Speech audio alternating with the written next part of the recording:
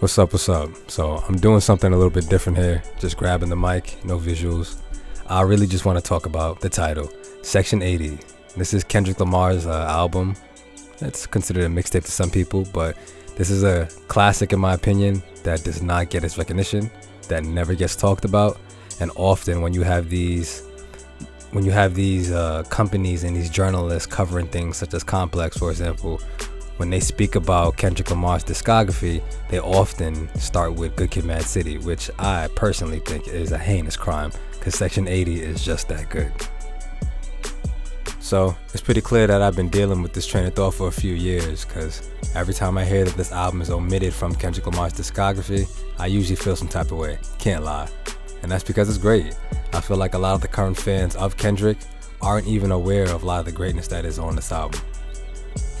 Now, as most Kendrick Lamar fans know, he's pretty synonymous with having a thematic and or concise album, and that's the same case here. Starting from the first track, Fuck Your Ethnicity, you kind of get the vibe or the setting of the album, and seemingly it's a bunch of people sitting around a project corner, having a barrel that is on fire, and they're talking about their stories and their plights and their journeys, which is, I think, a genius start. Now, I'll say this about a lot of the people that I cover on this channel, but to be honest, without Section 80, I don't think we get a Good Kid, Mad City. And considering how highly regarded that album is, I think that's a pretty pivotal statement. But let's get back to the album. Where do I start?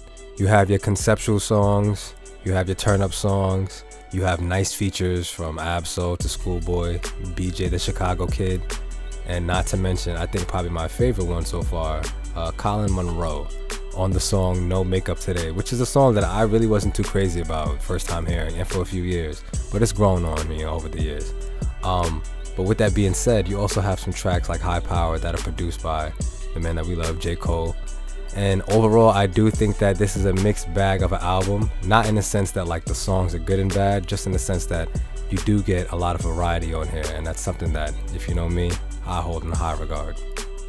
So it's been well over 10 years since this album has come out, which I think is a fair amount of time to assess whether it has aged poorly or not. And I have to say, in these past 10, however long it's been since I've been playing this record, it's never really truly left my rotation. The album as a whole probably has, but there's always been a few songs that I come back to here and there.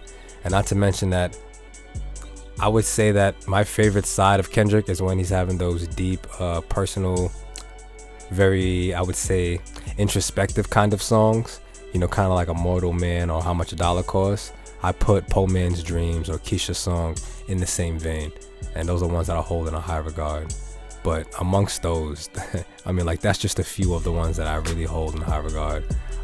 Unfortunately, Spotify took off one of my favorites, which is The Spiteful Chant with Schoolboy Q.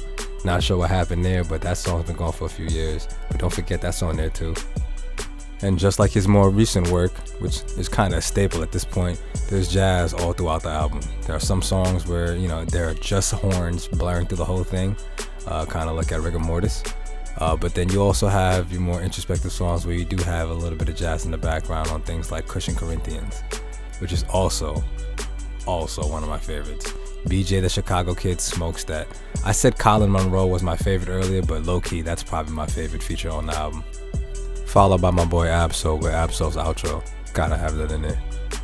So, although I feel like I can talk about this for days, because I'm a big fan of this album, I'm gonna try and keep it very short. Overall, I think the album is underrated. I think people need to talk about it more. People need to explore it more, especially now that he has a much wider fan base, especially after the whole rap beef.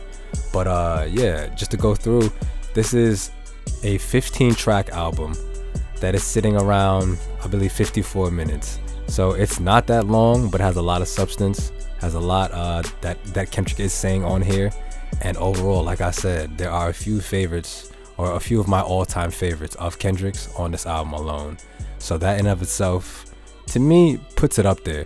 But the fact that I don't have to skip a song on this album means that it's definitely a classic. I have to just say that it's a classic. I know some people might feel a certain type of way. There may be a song or two on here that you may not be, in the mood for, which is the case with a lot of albums, but I think this is a certified classic. I think this is his first classic, and definitely not the last.